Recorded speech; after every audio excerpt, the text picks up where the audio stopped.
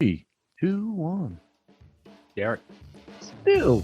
been a while since I saw your face. Yeah, thank you. I was going to say something else. I've seen some other stuff, but the face has been a minute. Yeah. You send me way too many text messages. No, it's great to be back, though, man. We're behind the bar. We're ready to go. Yeah. What you're doing more work at this bar. Oh, yeah, dude. This whole bar is going away. I have a whole brand new bar that's coming. This whole man cave will look like a sexy little lounge, dude. Like it. It's gonna be sweet.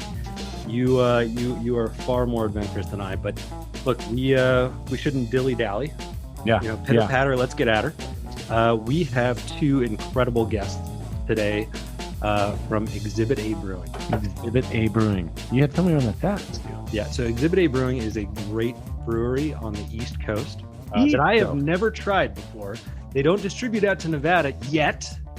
We're going to try to convince them today to do so, because I'm not going to lie, I did try one of the beers that they sent us before today's episode. You know what the funny part about that is I knew you would. You knew. And so when I asked you about the beer, I'm like, Stu, you try and save some of those for the show, because I knew you would try one. Such an asshole. And I'm proud of you, though. You only had one. I only had one. It was like a week ago, and I was like, you know what? I'm really in the mood for a beer. And like, first of all, we'll post some of this stuff on social, but their can art is incredible. Yeah. So it called to me. But anyway, I did have self-restraint. I waited mostly, except for that one. And now we are going to share this incredible experience with Matthew and Kelsey. But before we do, Derek, should we just let it roll? I think we should let it roll. Let it roll. 5, 4, 3, 2, 1, go. Hi, my name is Stu Hawk, and this is my podcast about all the weird, crazy, spooky things that scare me and my guests, and the one thing that helps us forget all about them. Ladies and gentlemen, beer freaks. Dun, dun, dun.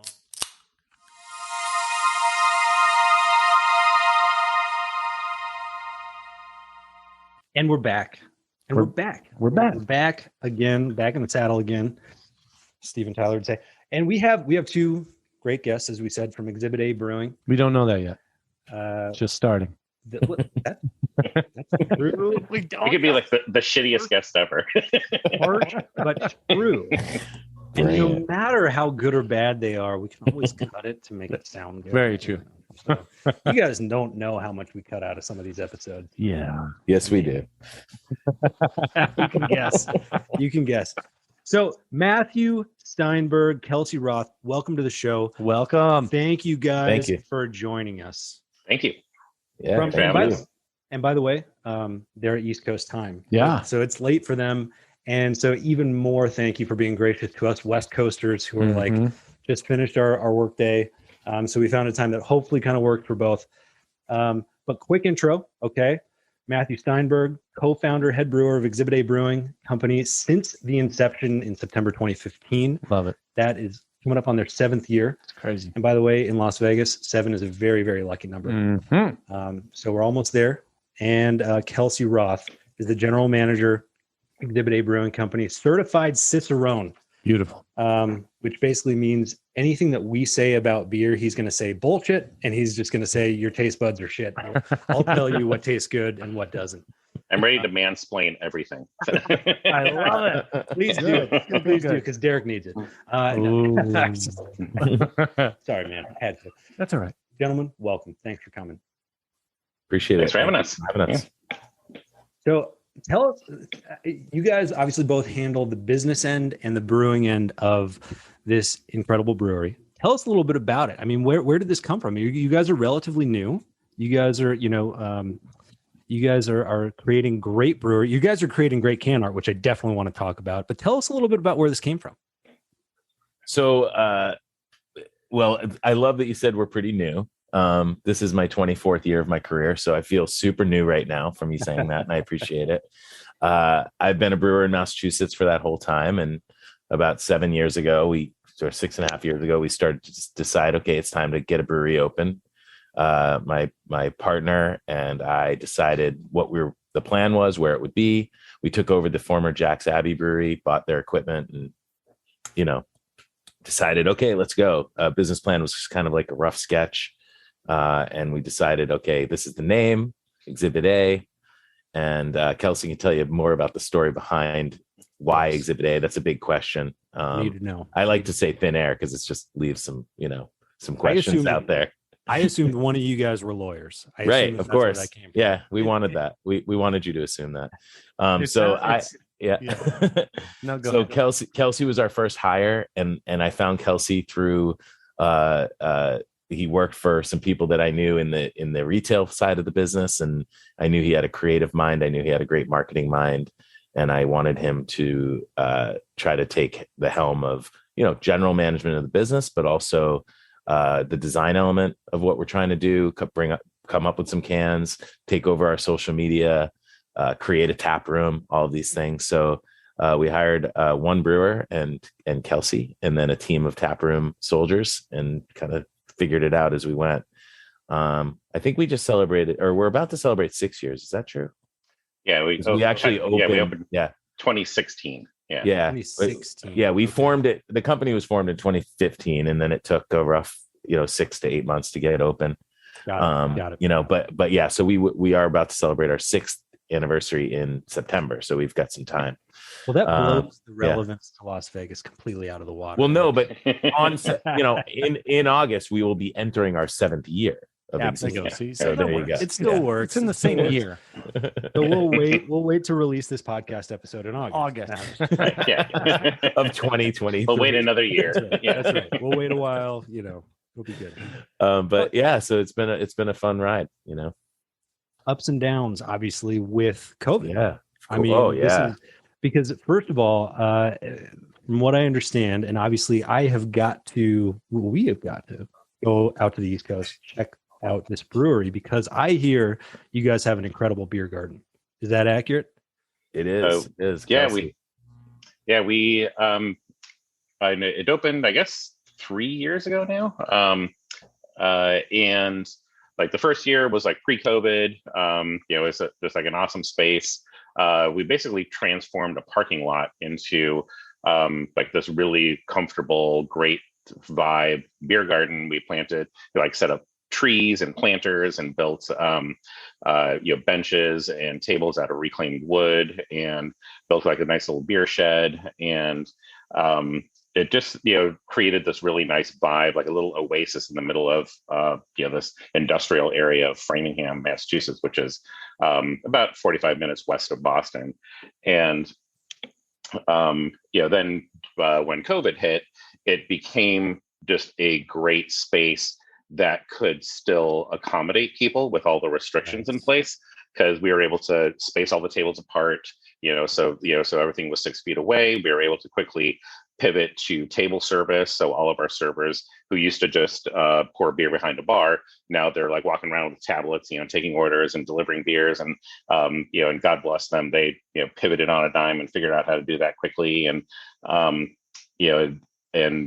it just became a good space to be outdoors, during the pandemic, and still be able to meet with people and and spend some time outside.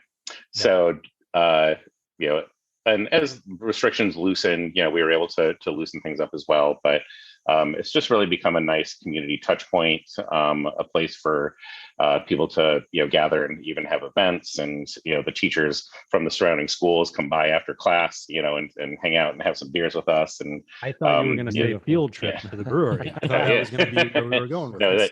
With teachers, we found out love to drink beer in beer gardens. Sure, sure. 100%. So all of the schools in our area, we are a vital service, to all the teachers in the area. So you guys were an essential business during that time. Mm-hmm. We're heroes. Technically, yeah. I mean, we've all been, we can't work from home, so we've been going in every single day, this whole time for the last 2 years, wearing masks every day, and really just doing what we need to do. What would we have done without the brewers in our lives? Seriously, 100%. I mean, most of the brewers I talk to work straight through it. Just we've had to. Yeah. Thank goodness we've had the opportunity to. Also. I think I just want to add to what Kelsey was saying about the beer garden. One of my favorite things about the beer garden is that from day one, Kelsey and I had a very, very clear agreement about the types of entertainment we'd want to have in our brewery. And one of them was independent original bands. And we've really done an amazing, these guys in the tap room, Kelsey and Adam and Alex, who's our tap room assistant tap room manager, they handle all of that stuff, whether it's comedy shows from local comics and having original live bands, which we've discovered some amazing bands by doing this. Like we have, there's local bands that I would have never heard of that unless they played at our brewery. And we've discovered that we've had, some of these people have had storied careers, Oh, yeah. Guys like Dan Colley playing in our brewery, who was in Morphine, who's now in plays with the Macrotones or plays with he played with Dub, right? He played with Dub Apocalypse. Dub Apocalypse, and we've had the guys from the Cars show up to shows. So it's been amazing to have a place for that. And in the winter we do that in the brewery, on the brewery floor, actually, where we clear out the area and brewers. Do you guys have a lot of interior space to be able to do those kinds of things? We have a nice space where we set up like a big movie screen, and they have my parents' old rug from their living room from the 70s. It has like the drum rug. And we have bands, we have room for bands to set up for like 85, 90 people. 80 people or so. Yeah. 80, that's solid. That's big. So there's a great local band from Boston. Yeah. I'm not sure if you guys know about them. They're actually called Boston. Sure. Very unknown. New guys. Fly under the radar. Yeah. You guys might want to look into. Just kidding. We can only book them on a Thursday night. When Aerosmith isn't playing, we can maybe book them. Yes. That's one of the biggest things, though, man. That is so cool that you take like local bands and do that. I think COVID showed us a massive like community, like building kind of thing, right?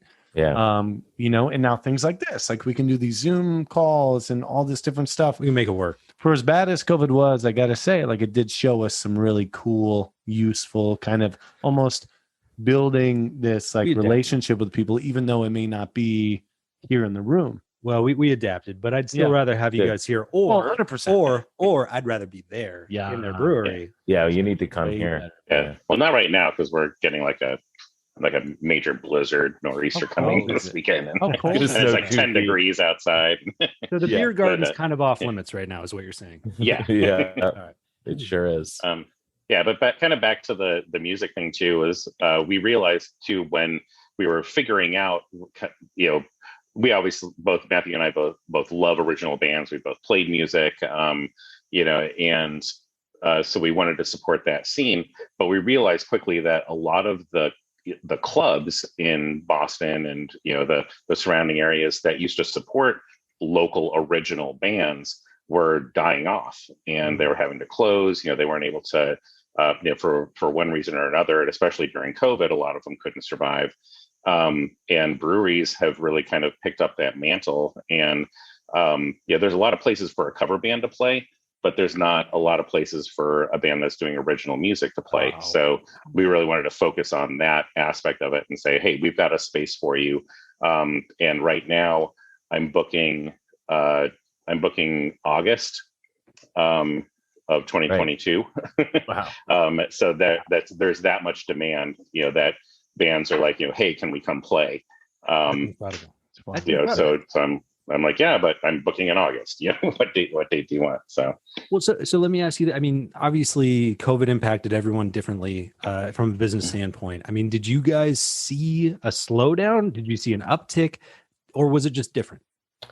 I mean, overall business wise, I mean, the tap room definitely saw an initial big push on cans to go, but zero beer for on-site. Right. So we went from like a really good, solid on-site business, whether it's winter or summer, to kind of like, nada, right? Like immediately zero. We closed. Yeah, we didn't fill a keg for like 8 months. Right. Wow. Like we did not fill a single keg for 8 months. Yeah. Wow. So, and we had to take that beer that was stuck in kegs that couldn't be consumed because bars were closed to our good friends that own a distillery who have made this kind of cat's meow moonshine that is in whiskey barrels, and that's aging in barrels right now. That's pretty cool though. Yeah, it is pretty cool. I mean, so that's we kind of usefulness. we reuse the product that would have otherwise been thrown away. But so that's kind of that, that uptick in can sales to go was amazing. We needed it desperately. And I would say the first few months it was kind of a little bit wildfire. Like people were freaking out, like that people were buying cases at a time instead of 4-packs, and thank goodness for that. Overall, we had like a tiny bit of growth in 2020, and we had a slightly more growth in 21. But the cost of doing business offset all of that, of course. Oh, okay. So because you have to put more protocols in place, you have to hire. I mean, just spending was higher. Just spending overall was higher. Like overhead has increased by 17-18%. Freight alone is just on fire. Yeah, I know all about even, that. Yeah. But even like the difference between like filling a keg, you have the keg and that's reusable, and a keg collar, which is a piece of paper, as opposed to the can, the label, the keg, or the case tray, the pack tech, the lid, all of these things. So the cost of goods sold per ounce, goes through the roof when you're putting a beer in a can as opposed to on draft on a keg. So so because we had to pivot to basically going from 65% cans, 35% draft to basically 99% cans for 2020, or 96% or something, some crazy number.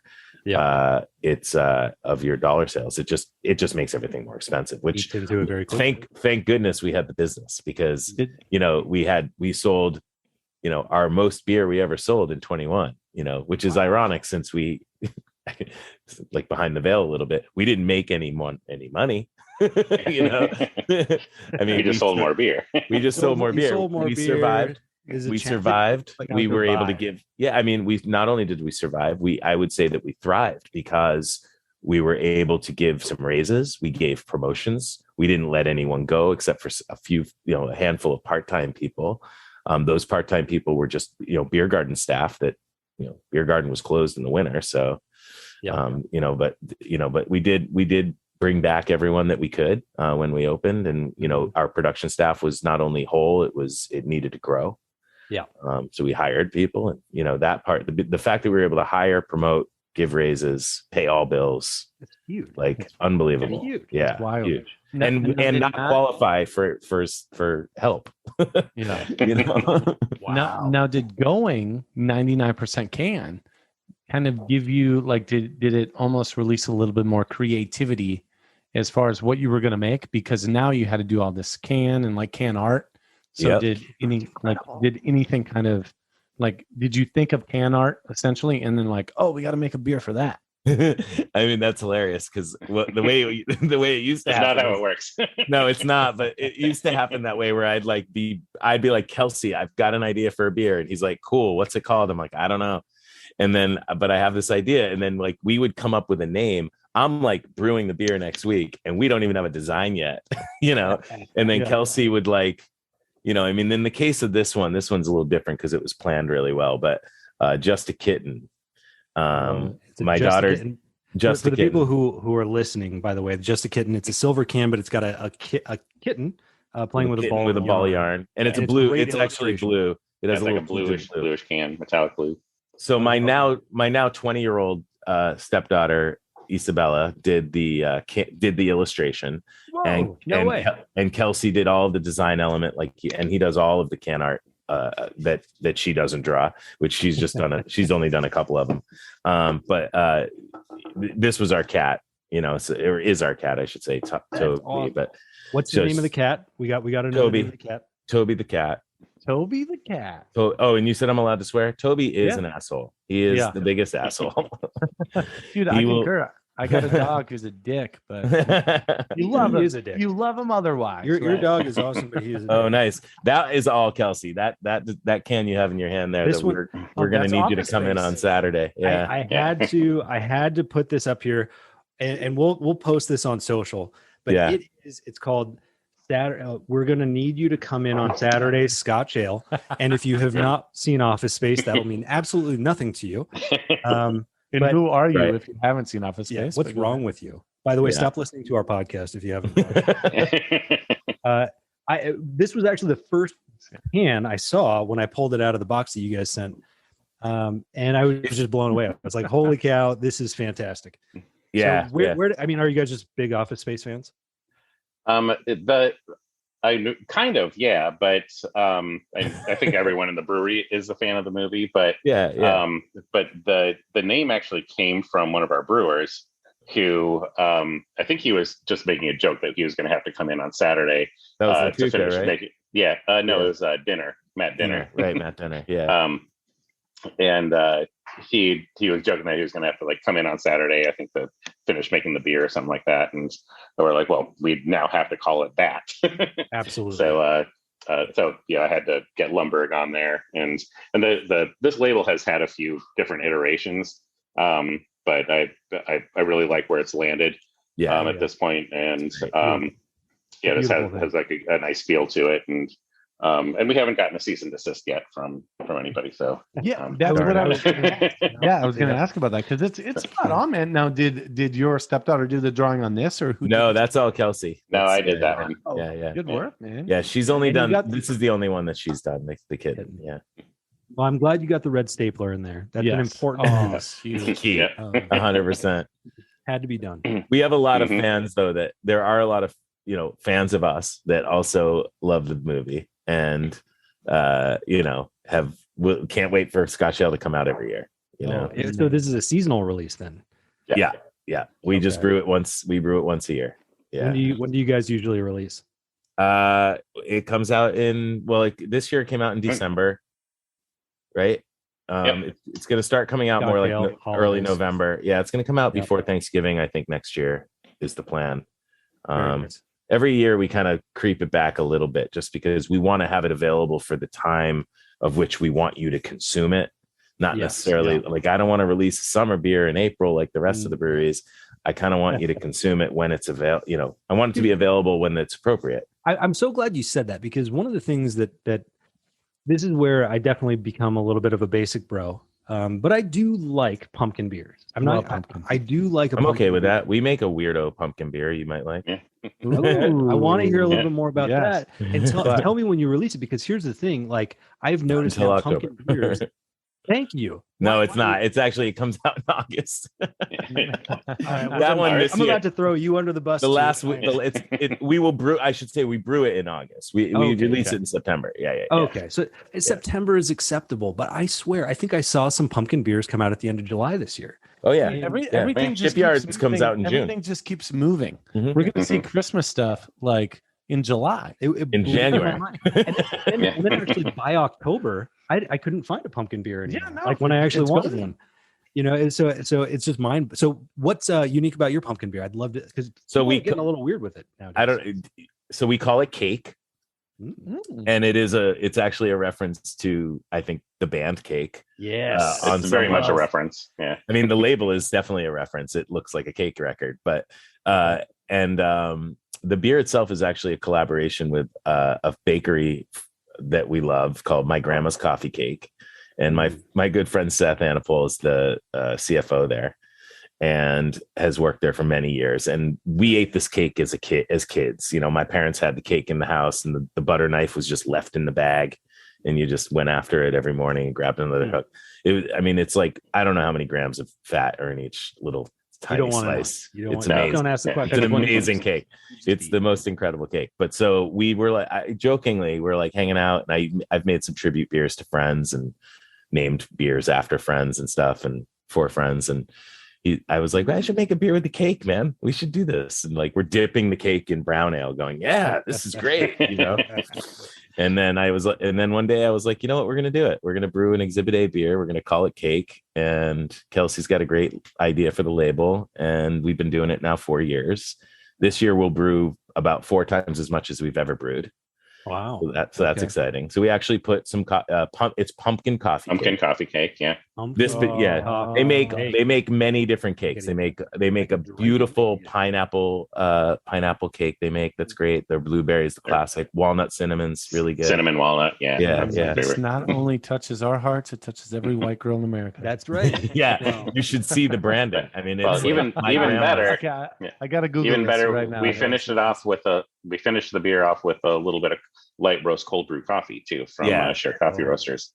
So it's got a little hint of of coffee in it as well. It was both the sweetness and call it like vanilla. A cake, a pastry, a cake infused pastry beer.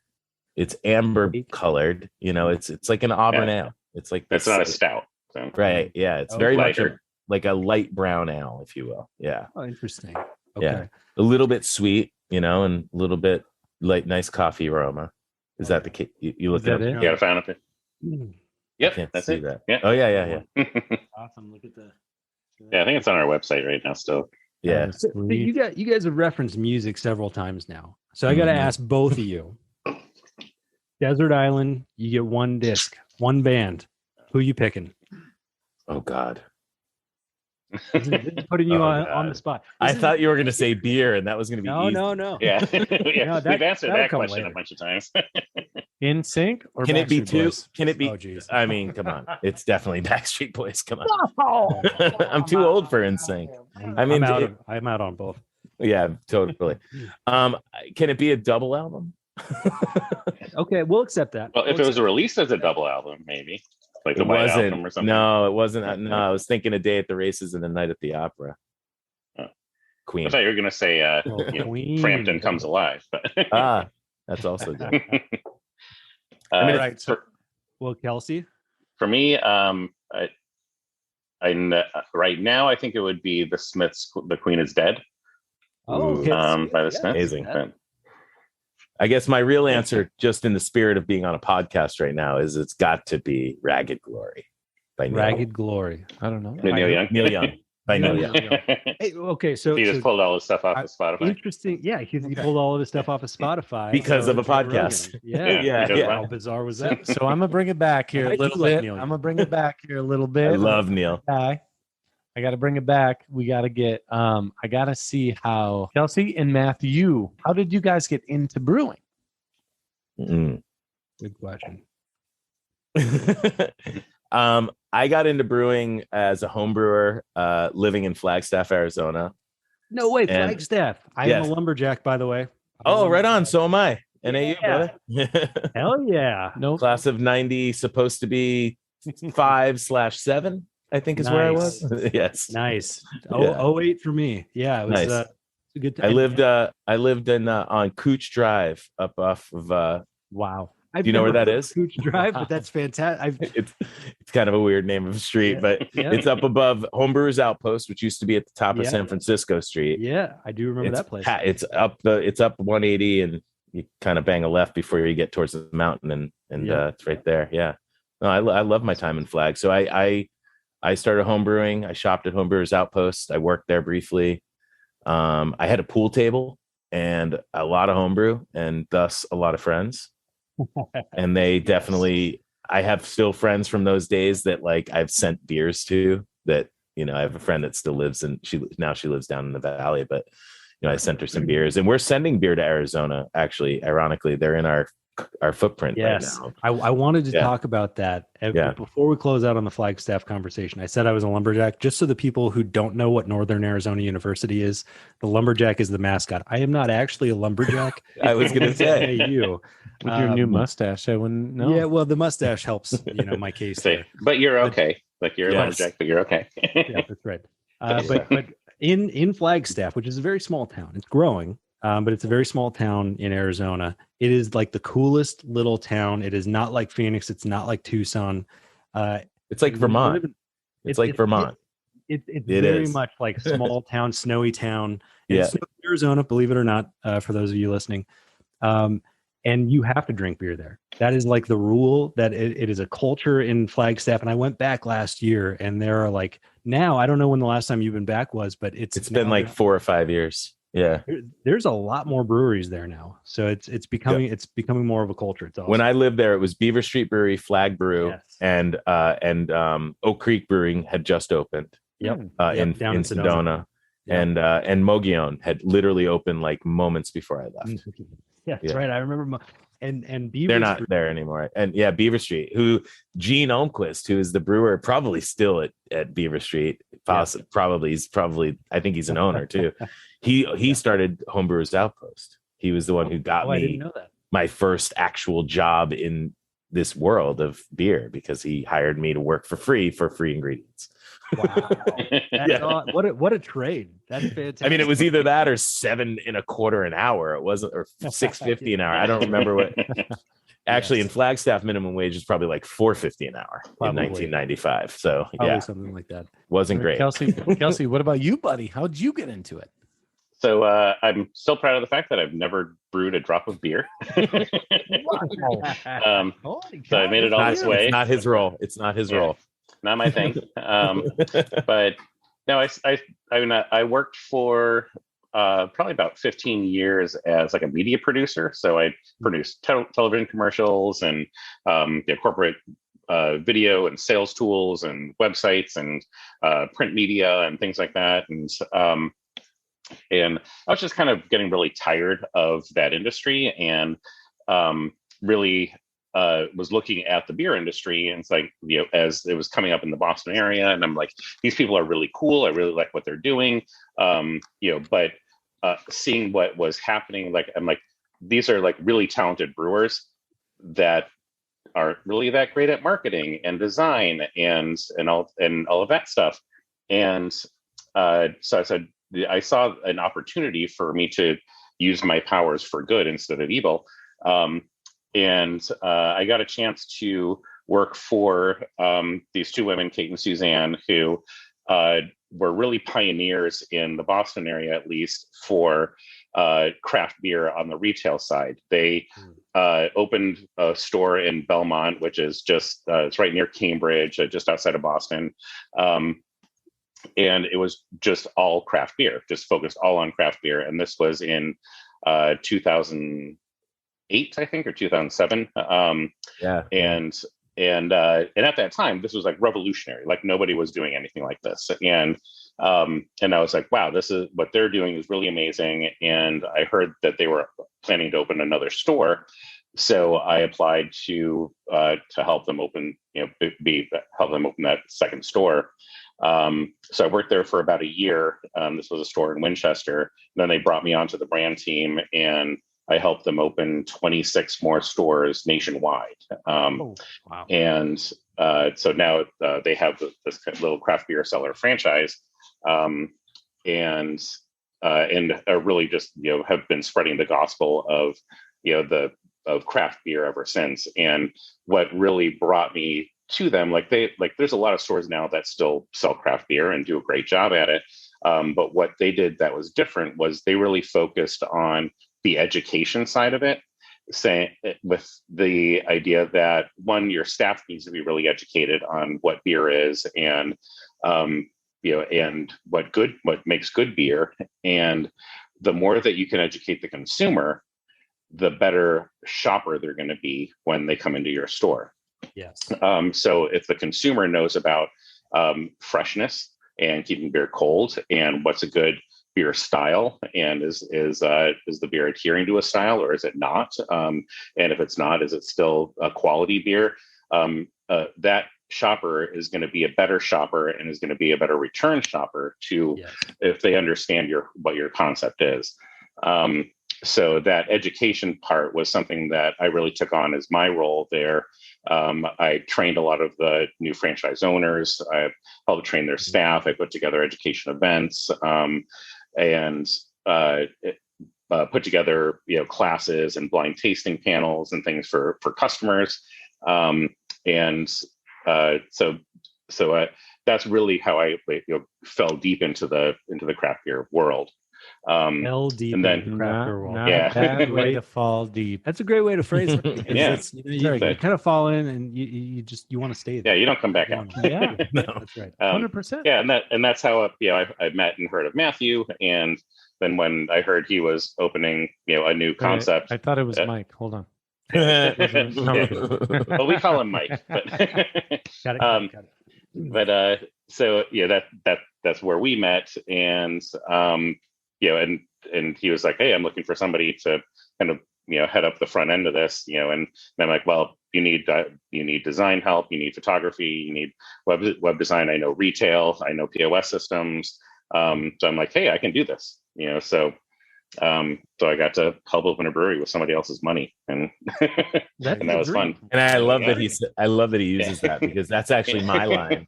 Yeah. Which I mean, I don't know if that's why Kelsey said that, but I have used that line because when my first big job opening a brewery was with someone else's money, and that was the dream. Yeah. Don't spend your own money, but build something that you love. Yeah. Yeah. And that brewery is still successful. I obviously left that brewery a long time ago, but that part's there's a lot of learning to be done. And I say to anyone who's starting their own place, like, have help, because if it's all on your shoulders, it's going to be all on your shoulders. You need to have people around you to help support that. And, whether it's a staff like we have here, or, partners or whatever but it is. It seems really like a recurring theme, because we had Greg Cook from Stone Brewing on Never heard of a couple of months ago. Yeah, he's a nobody in the industry. Don't pay attention to it. But I hear you like smashing beers. yeah. I mean, I don't even. But one of the funny things is, like, when we brought him on the show and he joined, one of the first things that he said was like, look, I didn't do any of the beer. Like, I'm not the mastermind here. He's not a brewer. Yeah. He's not the brewer, but he knows, like, when he went to Berlin, he knew when he opened in San Diego, like, it was not him. He was the first person to say, like, I am not the guy that everyone seems to think I am.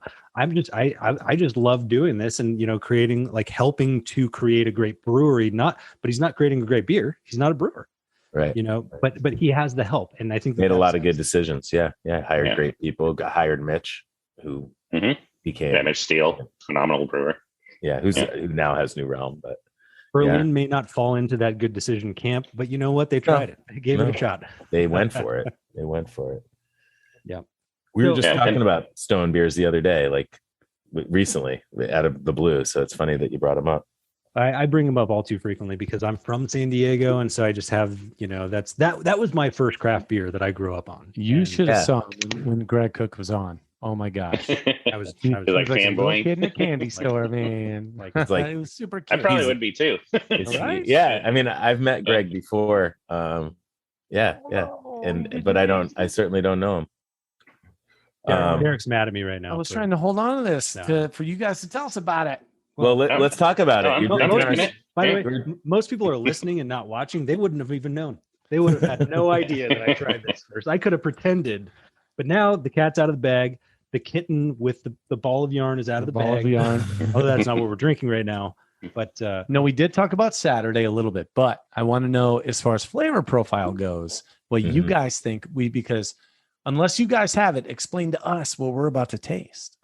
I mean, the thing that I want to just put out there about a beer like this is all about the malt, right? It's Scotch ale. People talk about hops all day. They're sexy. They're grown in a beautiful environment up in Yakima. There's all sorts of great things about hops that we can talk about all day. But malt to me is far more sexy, far more interesting. It gives dynamic to the beer that no other ingredient can give. Yeah. And we are a big fan of locally sourced grains. We have a great malt house here in Massachusetts called Valley Malt that we dig very deep into their portfolio, and we've developed grains with them. We have a direct line to the farmers through them. And so we a beer like this, we capitalize on that big time, Can you just tell me, like, really quickly, like with grains, how do you vet a quality grain? Like, do you have to take it all the way through the brewing process, or is there a way to tell before you get to that point that it's a quality grain? So the farmer works with, a lab to determine if it's malt quality. And there's a pretty stringent, tests that can go on the grain itself, from seed to plant to checking the soil to the water, everything, the sun, all the stuff, the farmer's hands. Terroir. The terroir. Yeah. Keep the lotion at a minimum. You don't want that. Yeah. Although I do need some lotion. It's winter. It's cold and dry out there, here, you gotta. It's crisp. It is real crisp around here. Hey, we live in the desert. We get it. Yeah. It's a dry heat. I've been there. It's not that bad. How dare you? By the way, if you live in Las Vegas, that's our least favorite phrase, because it doesn't matter how humid it is. Dry. It's 115 degrees outside. Doesn't matter. Yeah. So we, there is a pretty stringent malt quality thing that goes on. Cornell University in New York does testing on grain. There's a whole department for grain studies, and I've gotten to get to know a few of the people from there, the educators and researchers, and we're part of something called the Northeast Grain Shed Alliance, which is a group of brewers, bakers, distillers, farmers, maltsters, millers. I may have left somebody out. Educators, researchers. Yeah. Is it maltster is a thing? Maltster. Yeah. The person who makes malt. Yes. Wow. So it's a maltster. Yes. That's a great title. I'm just I think it's fascinating. Andrea Stanley, who is our maltster, and Margot, who is our maltster at Valley Malt. And Chris also does plenty of malting. Shout out to the maltsters. The maltsters are very exciting. Whenever I send an email with like a new order or a check on an order or whatever, I'm like, if I'm checking on an order, I'm like, I change my greeting on the email almost every time. And a lot of times I text them because they're also friends of mine, but it's like mighty, mighty maltster, or my maltster peeps, or my gosh, the maltsters, they're coming for you, just something goofy. All real maltsters. But we do have a really close, we could talk all day about like our suppliers, right? The people who we buy stuff from, but we do tend to have really close relationships with the people we buy things from, whether it's malt, hops, cardboard, chemicals. We have relationships with all these people and the companies of which that we do business with. But there's nothing like doing business with your farmer / maltster, right? So with this particular beer, we're going to need you to come in on Saturday Scotch Ale, lovingly known as Scotch Ale. Just Saturday. Is that the acronym version of it? Saturday Scotch Ale. There's hand smoked beechwood malt in there. There's Cara Munich. There's a kilned stewed Munich malt that gives us some crystal character. There's Munich malt. There's Vienna malt. There's Pilsner malt. And we use a lot. Anytime there's something that's really a way for us to focus on the malt or focus on the grains of a beer, we definitely lean heavy on using Valley Malt in those beers. Now we also use Valley Malt in all of our beers, but this particular one has a very high percentage, and that's really fun because it gives us some freedom. It gives some creative freedom. It gives the maltsters a place to shine. Yes. And and in a world of hop heavy beers, as much, and we put a lot of care and character into our hoppy beers when it comes to malt as well. And I think that a lot of people it could be argued that our beers, the soul of our beer is obviously, like all beers, is malt, but our beers wouldn't taste the way they do without the grain that we use, So how is this exciting? I sometimes use the analogy of like a lot of people now understand, fresh roasted coffee, like the bean makes a lot of, the actual bean before it's roasted makes a lot of difference. The origin of that, but also how it's roasted and how freshly it's roasted makes a huge difference in the end product of your coffee. Grain is not that dissimilar. The quality of the grain going in makes a huge difference, but then how that grain is malted, how it's then roasted or kilned, how it's treated, and how freshly you get that in before you make a beer with it makes a huge difference in the flavor profile as well. So, kind of garbage in, garbage out. The better product you have going into making your beer makes a huge difference in the flavor at the end. Yeah, we've all seen the advertisements, like from the big companies talking about the grain. How the farmers like got a hoe or whatever, and it's yeah. Well, Bud Light uses like the best ingredients, right? Like only the lowest I mean, source, like they do. I mean, I know that I will say that, like, Anheuser-Busch as a company does actually buy really high quality ingredients. There's no question about that. They do. You get the scale, I guess you can. They bring in rail cars of high quality malt from the Midwest, just like I get in bags, I guess there's no accounting for taste, even if you have fresh ingredients, and that's perfectly fine. Right. Sure. We make a habit of throwing Anheuser-Busch under the bus as much as possible on this. We currently are making a new beer, a lager beer called Everyday Lager, and there happens to be rice in that beer. And the rice we buy is from England. Now, I would like to get some American grown rice. The problem with rice now in the beer world for us is it's really expensive. But Anheuser-Busch kind of used it back in the day because it was cheaper. It was cheaper than barley and cheaper than wheat even. And now it's more expensive than both of them. So is it because they drove up the price, or is there just other market forces happening? I'm not sure, because they don't pay more for it than they do for barley. They definitely, it's sure they have their own farms at this point. Well, they definitely have their own farms, both hops and grain. So it's interesting, because I was like, oh, we should get some rice going because, it's reasonably priced. And then I was like, oh no, it's like twice as expensive as barley, okay. But it makes for a really cool, crispy lager. That's for sure. I had no doubt.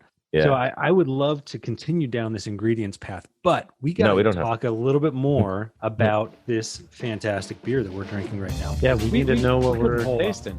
Well, I'm just going to talk about ingredients. So Kelsey should talk about flavor since he's drinking it, and I'm still on my here right now. Yeah, Kelsey, I'm going to tell you what I'm experiencing right now. Mm-hmm. You can tell me how full of shit I am. So, malt. I'm going to just start with that because that's what you guys just talked about for this beer. But I definitely can. And I'll just tell you too, like, one of the beers that got me into craft beer, and this is probably kind of lame, but also it's the reality, was Killian's Irish Red. And I was like, in college. Just kidding. It was a good one. It was a good one. Totally good. Yeah, you're right. But, but in college, all I was doing was playing beer pong and drinking like Natty Light or, PBR or something like that. And then somehow, I don't know, I wound up with some Killian's Irish Red. And I was like, whoa, this actually has like flavor. Like it tastes like good. And I didn't know beer was supposed to taste good. I thought you were supposed to drink it to get drunk. Yeah, it wasn't yellow. It wasn't this yellow fizzy stuff that just kind of like made me burp a lot.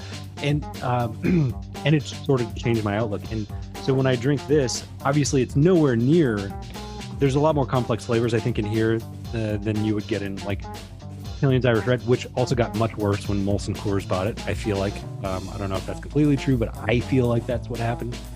But I'm definitely getting a lot of the complex malty notes that, and I'm not always a malty guy. I think we talked about this before. Yeah, you're a big IPA guy. You love your IPA. I am the hoppy guy. You guys just talked about it. That's the second. But I think I've killed all my other taste buds. So all I like are hops. But that's not totally true because I drink this and this is really, really tasty. Yeah, this is fantastic. It goes Scotch Ale / wee heavy is it's one of my favorite styles. I pushed heavily to brew this.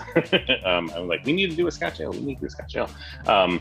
And what I love about this is it has that little bit of that raisiny sweetness to it, but also has that rich kind of toasty brown malt character, and then we add that little touch of smoke, which adds a hint of bitterness.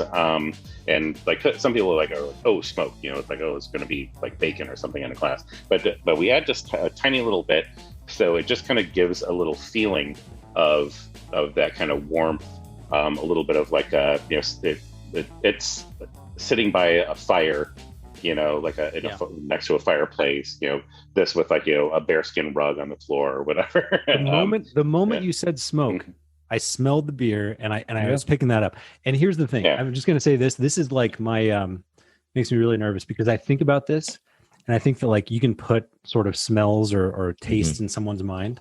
And one of these days, I know one of the brewers or the brewery teams that join our podcast, they're going to say oh, don't you taste that hint of cherries? And I'm going to be like, yeah, I totally taste that hint of cherries. And they're going to be like, ha ha, fuck you. That's not cherries at all. There's no fucking cherries in here, you dumbass.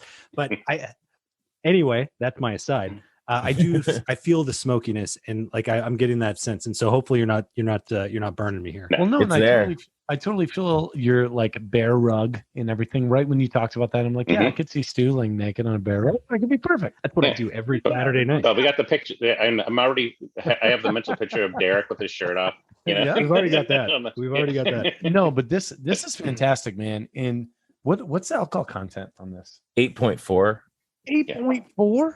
Yeah, It's gonna be You a would good night. never know. It's gonna be a good night. Yeah, it is smooth. It is very It's pretty smooth. You would never know it's that high. We conditioned that beer for a good month before packaging too, so it's ready to go. You know, it's matured well. It cellars well too. Like we've had a couple of year old kegs that have held up amazing. But when you condition for that long, that helps even out the flavors, right? So you're not getting spikes of flavor. Yeah. Here and It there, brings right? down the heat of the alcohol a little bit, and it kind of like I like to think that it smooths it out and kind of rounds the beer out a little bit. I wouldn't do that I wouldn't do an extended conditioning in the tank of most styles, but be it lager, of course, but stronger beers like stouts and some porters, and certainly like heavy beers like Scotch ales or triples and things like that, I would definitely do that with. Oh, my 12-year-old just flicked me in the head. I just need to say something. I need to say something right now. I need some Pepto. Derek's getting some tummy pains. You can go lay with your child upstairs. Maybe your wife can take care of you. Just Right. like Derek's got like a newborn baby. I do too, but he's 12. So but I want to say this because one of the other important things that I think our listeners need to know, because most of our listeners are probably on the West Coast, Southwest. You guys are located in the East Coast, but you guys actually ship direct to consumer in some states. We do.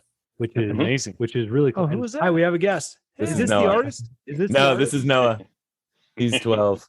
The artist is upstairs. She doesn't leave her room much. Hi. You want to join the podcast for a little bit? Jump on. No, he's out of here. He's like, I'm going to bed or something. I don't know where he's going. You're going to He's sleep. gonna stream on Twitch or something. Oh, there you go. Love you. I have a 4-year-old who's already playing more Nintendo Switch than I am, and that just is a testament to me as a father. So I take full responsibility for that. But there you go. It is what it is. But anyway, you guys are actually distributing direct to consumer in some states that it's allowed. So can you tell us a little bit about that? Because I gotta just give you a little frustration that Nevada's not on that list. But can you tell us? We're bummed. As soon as Nevada allows us to ship it in, We were on that We list. found a way on that list somehow. Special podcast connections. Yeah. The secret society. It's the Freemasons, actually. But no, we don't need to talk more about that. it was one of the kind of interesting developments because of the pandemic. A lot of breweries were looking at like how else can we sell beer, because we lost our draft business, we lost our taproom business. What are some other avenues? And some of the states said, hey, we're okay with you shipping beer direct to consumers into our state. Now, wine has been doing this for a long time, and there's a lot of wineries. Sure. I always say like wine has probably like a 10-year head start on a lot of things that the beer industry does. So wine you can ship to direct to consumer in almost any state. Beer, it's still only about 6 or 8 states. Crazy. And so we investigated that, and a lot of them, it's a matter of getting licensed in that state, and then filling out all the paperwork and paying the fees and whatnot. But now we're legal to ship direct to consumer, and you can just go if you live in Nebraska, Virginia, Vermont, New Hampshire, Pennsylvania. Did I say Virginia? Possibly Virginia, DC. If you live in any of those states, then we can ship directly to you, and you can go right on our website. Also, Massachusetts, we're allowed to ship directly within our own state. But you can go right on our website and you can order beer, and we'll pack it up in the cool boxes that we sent the beer to you in. and and get it right to your doorstep. Usually, most of it's been coming within 3 to 4 days through FedEx. So, and especially during this season, you don't even have to worry about it getting too hot, because the trucks are cold and the beer gets to you generally in good shape. So we need to start a letter writing campaign because I am sick of not being able to order beer to my house. In Las Vegas, Nevada, from anywhere. Think about what Nevada lets you do. I mean, the things that the state of Nevada lets you do. But you can't get beer delivered. Why can't I ship you some beer? That you purchased legally online. Well, this lack, if you're listening. Well, this comes back again to the pandemic. Before, you couldn't get delivery from a liquor store or anything like that. So but you can now. Now you can. So now you can order, but you have to order from the specific place. Like we don't have a Drizzly or any of those apps where we can, deliver. Like you have to go directly to the source. Yeah. The store has to offer the delivery service. Exactly. Right. Which I'm sure most do. Yeah, I would think. Yep. It's like just they got a van and they can just bring you whatever. I mean, restaurants here were giving you plastic cups with a lid for drinks to go. Man, I read about that. Man, that that's was pretty wild. Incredible. That's that. Talk about the Wild West. That is the Wild East over there, man. That's like they reversed it on us. We thought Nevada was cool. Yeah, my brother experimented to find out if he could do it on a bicycle, I think. And he went to a bar, got a drink to go, and then got on his bike with his drink and was like, I'm drinking a drink, riding my bicycle right now. That's crazy. Awesome. Yeah, bourbon while he's we'd get we'd get quarts, bicycling. Plastic quarts filled with margaritas and stuff, and margaritas to go. It was awesome. Yeah, like in Louisiana, right? Don't they do daiquiris to go and shit? Like that's I think they've always done that in New Orleans. New Orleans lets you do whatever you want. Yeah. What's the drinking limit for driving? I don't think it matters out there. They don't care. Nobody's driving. I guess when Uber showed up, is it? All right, I gotta ask you guys because I love the weird stuff, man. Like I love my super spicy beers. Like if you told me something tasted like a banana upside down cake, I would drink it. Like what kind of beer have you done or maybe are planning on doing, if you can talk about it, that is like super weird? We've done a handful of wacky. We did a peanut butter and fluff beer.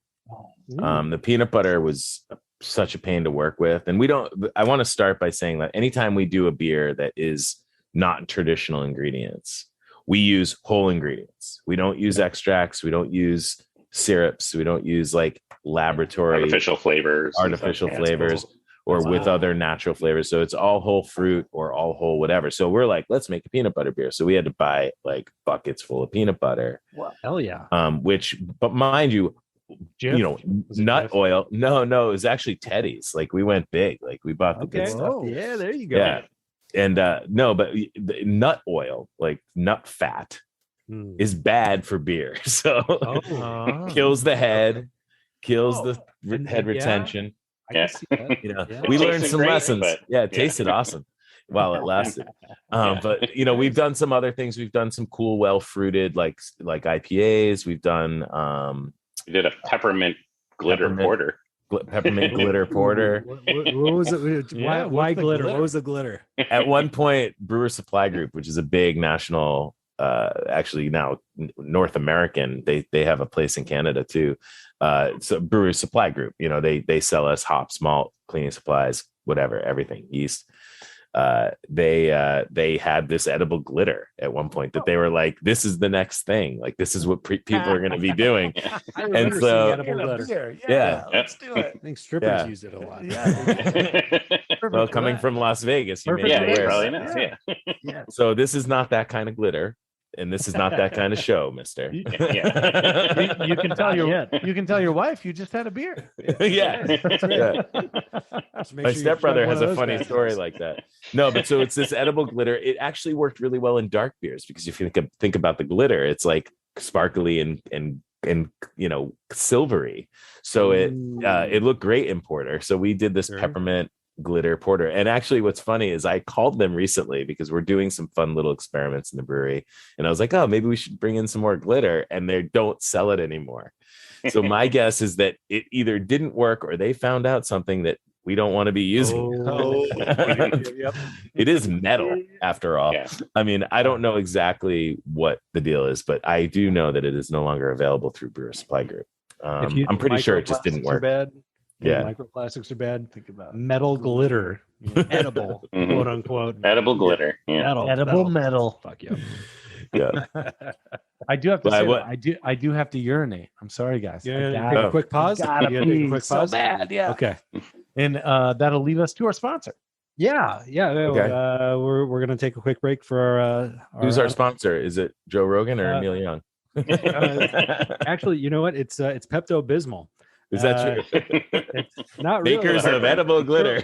We're courting Pepto Bismol by making fake commercials for them until we get a season.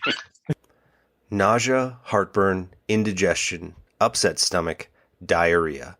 Those are all things you might suffer from after a long night of drinking, like Derek, every other day. But they also happen to be the same things that Pepto cures. So, ladies and gentlemen, whether Pepto-Bismol happens to actually be a sponsor of this show or not, psst, they're not. Get Pepto and fix your hangover. Figure it out. Pepto-Bismol, curing hangovers since 1234. If I was sick from a hangover or really anything, where I was throwing up or coming out the other end perchance, the last thing that I would want to take is a pink, thick beverage to help cure me. And yet, that's what Pepto does. Pepto does not give a shit about your expectations. They only care about results. And that's why we trust Pepto. They don't sponsor the show yet, but they will. Pepto-Bismol. Making disgusting beverages since 1532. And we're back. Thank you, Pepto, for that amazing commercial. You guys treat us too well. You do way You do. too well. And by the way, Pepto's not even really a sponsor, Yeah. but they will be 2023. We're waiting for it. 23. We're waiting. Thanks, Pepto. So we're back. We're back, and we are actually. You know what? I think now We got a lot of glasses happening. What's happening? we got stuff going. I don't know what you did. I think you grabbed my old beer from over there. Oh, yeah, I Was it did. right here? Is that this one? Well, I think it might be that one because that's Well, hey, we'll finish it all. yeah, we'll drink it. Anyway, so this Derek's tea could not wait for, but he feels much better now. He's back. This is a good segue into a couple of different things. First, we need to know your guys' fears. Ooh, Yes. This is where we get into the crux of the show, because really what the show is about is the fact that we're all afraid of something, and beer is what helps us through it. not being able to pee. We know Derek's now. Kelsey, why don't you tell us your biggest fear first? Yeah, I had to think about this one because I have a lot of like little fears. You know, I fear I'm not scared of heights, but I'm scared of falling. You know, it's I don't mind I don't mind being like on a top of a giant building, and I'll go up to the railing to the edge of the building, and I can look over, and I'm totally cool with that. But if there's no railing, then no. You know, I'm not going near there. Totally with you. But I had to think like skydiving is out of the question. Well, that's just it's like literally. No I railing. would skydive. I would skydive. There's no railing. I think there's no You're railing, falling. but He's got a parachute, you know. so, He's got a tool. Maybe. He's got a tool He to might protect have a himself. parachute. It doesn't so open. it's a controlled fall. You Well, know, what if so the I'm rail probably tips I would over be when okay you- with that. Okay. Maybe that's our So next you- staff trip. I would There you totally do it. go. Yeah. Skydiving. I'm Um, glad we could help lead you guys to your next Yeah. idea. But I'm like, and I would like, I would fear drowning, but I'm not scared of swimming or swimming underwater, or like being on a boat or anything like that. There's So just you're like afraid the of act dying, of drowning. which I'm is afraid of fair. dying. Yeah, Yeah. that's fair. So I had to like putting all of this together. I think what I'm scared of most is quicksand, because like quicksand, like you would drown in quicksand, and Yeah. you would die alone without any help Sure. because nobody's there to pull you out of it. So growing up, I saw, you know, there was, I figured quicksand was going to be a much bigger danger, you know, when I Yes. grew up. So glad you said that, because I think we all grew up playing Mario, and we all grew up watching, you know, Prince of Tides. Yeah. Yeah, and like the Star Trek episodes where they get caught in quicksand, and old westerns, like they're Always just walking quicksand. down the road and suddenly there's some quicksand and like nobody's there to pull them out. They had to where's- lasso the rope and Why is there always quicksand around in the Yeah. 80s and 90s? Yeah. There was just like that was like Very everywhere. common. That was a pandemic. I don't think I've run across quicksand in my life. I guess if I would have, I wouldn't be here. But But exactly. that's a valid fear. But yeah, that dying by quicksand would be the worst, I think. so you said because you die alone and you You drown die alone because there's Exactly. nobody to help you to pull you out, you and drown, it was the act of drowning, which is a slow death. So, sand going down your mouth. Well, it's not drowning in Well, and dust. it's essentially Drowning almost in like sand. being Yeah. buried alive. yeah. yeah. Which is Yeah. definitely a terrible fear. Yeah. Yeah. If Yeah, you don't so- have that fear, I think you're weird. Yeah, so quicksand it combines a lot of my fears into one. Yeah, you got a little claustrophobia. Yeah. You got a little bit Mhm. of dying alone. Yep. Oh, we had Yeah. dying alone on here before, right? Feeling helpless. So I don't know if we have. we to had be honest someone with you. who's like kind of close to dying alone. Yeah, you hit a lot of points. Yeah. I never thought of Adam quicksand Raines, ever. who was just on Quicksand's a good one. Claustrophobia. Yeah, claustrophobia. Yeah. Ooh. Dang it, Kelsey! I'm not gonna be able to sleep tonight, man. Yeah. luckily, not much sand in Massachusetts. So not quicksand. yeah, we Las gotta Vegas, figure not out the same thing. where is all this quicksand? We need to look this up because maybe somewhere in the world this is really It's in bad. Henderson. I think it's in Henderson. Thank God we're not there.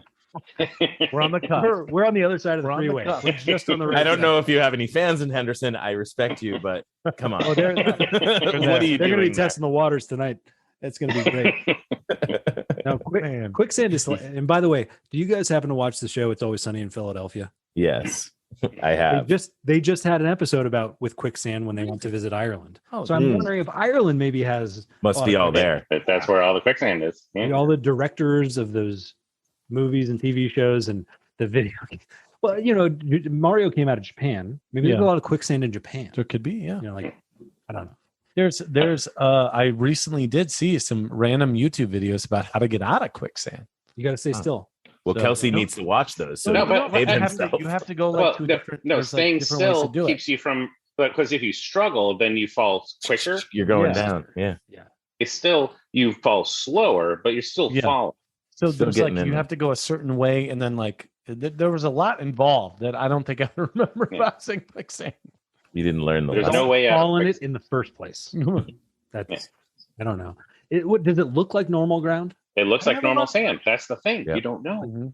You never know. It could That's be your scary. next step. It's not a lot of sand in That's scary. Ireland. That's why I hate the beach too. I'm also. Walking down the damn beach in San Diego, and all of Mhm. a sudden you just die, like Mhm. dead. Guess what Yeah. we're doing, Kelsey? We're doing it. We're going to be doing a new thing coming up where we go to all the people we've had on the podcast and their fears, and we're going to help them with their fears. So we're going to bring quicksand out to you and get you in it, and then you're gonna have to You'll get out. conquer it. Right. It's gonna be like a Don't kiddie pool move. filled with sand and water. Yeah, man. I'm into it. And Yeah. worst case scenario, you don't die alone because we'll all just watch you Yeah. die. Yeah, We'll be there with you as you It'll die. be there. I'll just be waving as I'm dying. At least you're here with me. Yeah. All I'm right. thankful to have you all with me here as I'm dying in We're quicksand. happy. We're happy to support this. And we'll be You've conquered and we'll one be- of my many fears of dying. and that'll be a Friday, and we'll be drinking Saturday. So Yeah. you can wave We're- goodbye to we're gonna working on need you to come Saturday. in. We also have a beer called Sunday Paper, so we've got at Yeah, least we're- some of this. We Oh, got the geez. weekend covered. We're saying we We need a get it Friday. all. We need a Friday beer. Well, at least we'll celebrate you well. Here, well, I am not afraid of quicksand. I laugh at quicksand. Oh, I laugh in the face. laugh in the, faceless face. I laugh in Kelsey's face as he's in quicksand. That's why we work together. Yeah, opposites attract and all that. No, I probably am also afraid of quicksand. I also have a bunch of little fears, like, I have kids, and you guys sound like you have kids, so like, forget it. That's the biggest one. Something happening to them is like, I can't even think about it. A life changer. Yeah, I like them. most of the time. Most of the time. Yes. But one of Certainly my not all biggest fears growing up was bridges, and I was super afraid of bridges. My brother told me they moved and that sometimes they'd collapse and shit, and so I was afraid of the bridge going into New York. I was afraid there was a real big long bridge going to over the Cape, or going into Cape Cod. That's a pretty big bridge, so I was like, this is really scary. But I'm no longer scared of that. And in fact, my brother will often be like, oh, we're on a bridge, are you gonna freak out? I'm like, dude, I'm fine. I'm like not afraid of bridges anymore. But I do live in a very old house. Our house was built in 1830. It's a schoolhouse in New England, which is where every haunting begins. Yeah. Right. Mm-hmm. So the Bonds Village Schoolhouse, and it is, pleasant and beautiful inside, but it is not. It is haunted. Oh, and really? Wow. Yes. Okay, so what do you got to tell us? Yeah. What are you seeing? What are you hearing? Yeah. Well, every few months we smell Pall Malls, and that's my wife's grandmother. Oh. She smoked cigarettes in this house, like all of them. That's why there's no cigarettes left in the world. She smoked them all. And They're all gone. Yeah. Sorry, kids. And All the malls, at least. every once in a while, my wife will say, Graham, come on, you can't smoke in the house anymore. And she's been gone many years, but she's here. She's friendly. And we have friendly ghosts here. And that's actually not my fear. But I wanted to give a sort of, preface to my fear, which is that I live in a haunted house. Well, we enjoy that very much. But one of my and we also, there's a little girl that is here too that we don't talk much about, but she's singing lullabies as she's walking down the hallway. It's an old schoolhouse, so we aren't sure what happened here, but Yeah. And Don't so give her a name. I hear if you give really. them a name, then it just like I don't know. My wife's over there in the kitchen. I don't know if if she has a name. I don't think she Don't does. do it. But I wouldn't. don't do it. Okay. You seem afraid. Yeah. But actually, my biggest, my one of my Other side of the fears, country. oddly, is in the dark, being alone. I always feel like someone is there. Well, you might be right. You might be right. Based I on think that. in this case, I am actually right. And mind you, I'm a brewer. I get up even when I'm not brewing, I'm up basically at 4 a.m. every day. So I always am in the dark when I get up. It's pitch black in my house, and I do not feel like I'm alone awake. I feel like I'm not the only one awake. I feel like there's someone else there. Oh, wow. And I do, and you're getting chills. I do Derek's afraid of sometimes. the dark. I do, and I have to walk around in the dark, which I'm barely good at walking around in the light. I'm bumping into shit. I'm like, but I do have that fear of I'm not alone in a dark room. Well, and when you first wake up, by the way, whether it's like in the middle of the night on accident or just when you wake up in the morning, your brain's not all the way there. I mean, at least for me, I don't know about you guys, but like when I don't drink coffee. I wake up, I'm as good as I'm ever going to be. I am like, dude. I'm like immediate energy when I wake up. I don't really like you all of a sudden. It's nobody does. You should hang with my wife. She's Yeah, like you have that fugue state, Yeah. Yeah. I wake up and I'm Like a in my zombie. silhouette. No, I'm not a zombie at all. And I'm a zombie if I go back to sleep and try to wake up a few hours later, then I'm a mess. But the first wake up, I'm golden. The other, just a real quick, I want to touch on that. It's not just the being alone in the dark that I feel like someone's there. I do believe someone is there. So oftentimes I will like turn on my light and I'm like flashing my phone around trying to see what's going on. The other fear is swimming pools and alligators. That's a big one. Oh, Wait. okay. Yeah. Alligators in together? swimming pools. Alligators in swimming pools. Yeah. And I live in New England, but I lived in Florida. I lived in Florida as a kid, and they would show up all the time in the swimming pools. And so I don't like to swim I go swimming at night with my son. Our neighbor has a pool. We just break in and use his pool. They allow us to, just to be clear. Okay. But we do midnight swims, you and were doubting and I do a double check, make sure there's no bears or whatever else going on. Alligators. I don't blame you. Yeah, Those New England alligators are brutal. they're vicious. So tell me this then. Let's say you're in the ocean, right? And you're underwater and it's dark. You can see a little bit, but then it gets dark in the ocean. Does that make you scared? I'm very scared. Yeah, Okay. and that's like the New combination England. of all of them. Yeah. Well, it's Jaws. I mean, we were all grew up in New England. I went to the beach on the vineyard where that shit was filmed, and like at night, and that is scary. There's a water thing for sure, because I'm in it. I love swimming in the ocean at night. I've done it many times. In fact, I lived literally a 2-minute walk to the beach when I lived on Martha's Vineyard. So adrenaline up. Yeah. So, I guess I like fear a a little don't. bit. Yeah. And all of the ocean here is murky. Like there's no, you can't see it. Yeah. Yeah. So if you guys went to walk on, went to the beach together, and Kelsey falls into a quicksand pit, and then you're swimming out in the ocean, and an alligator shows up. The riptide would pull Matthew into the ocean. It pulls Matthew into the ocean. There's a rip. It's dark. It's night, and an alligator. There's an alligator in New England somehow. Like that would be your combination of nightmares. Ultimate fear. Hopefully, the ghost will lend me a hand and pull me out of the quicksand. You got the nice ghost, and it should be fun. What beer are we drinking? Sierra Nevada Pale Ales? Are we drinking the Desert Island beer? Yeah.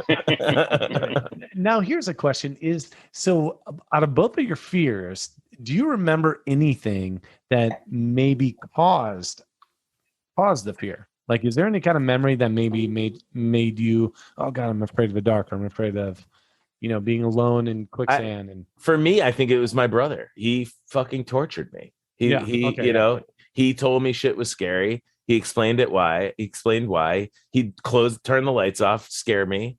He'd, do whatever the hell he wanted to try to scare me. I blame him. I blame Jason. Yeah. Sorry, for me, I watched a lot of. We're having next. Oh, I just want to make sure we already talked about this, but did we talk about it like in? We didn't talk about the Kolsch. No, we mentioned it. We talked about because they were having it. Sorry, I didn't mean to interrupt. I just want to. No. Yeah, Kelsey, where'd yours come from? Mine came from watching a lot of like creature feature movies on TV 38, like on Saturday afternoon. Like on the UHF channel. And that's like where I watched like The Birds for the first time. Scary. And I remember like I was like 12 years old the first time I saw that movie. And are birds robots, by the way? Are birds robots?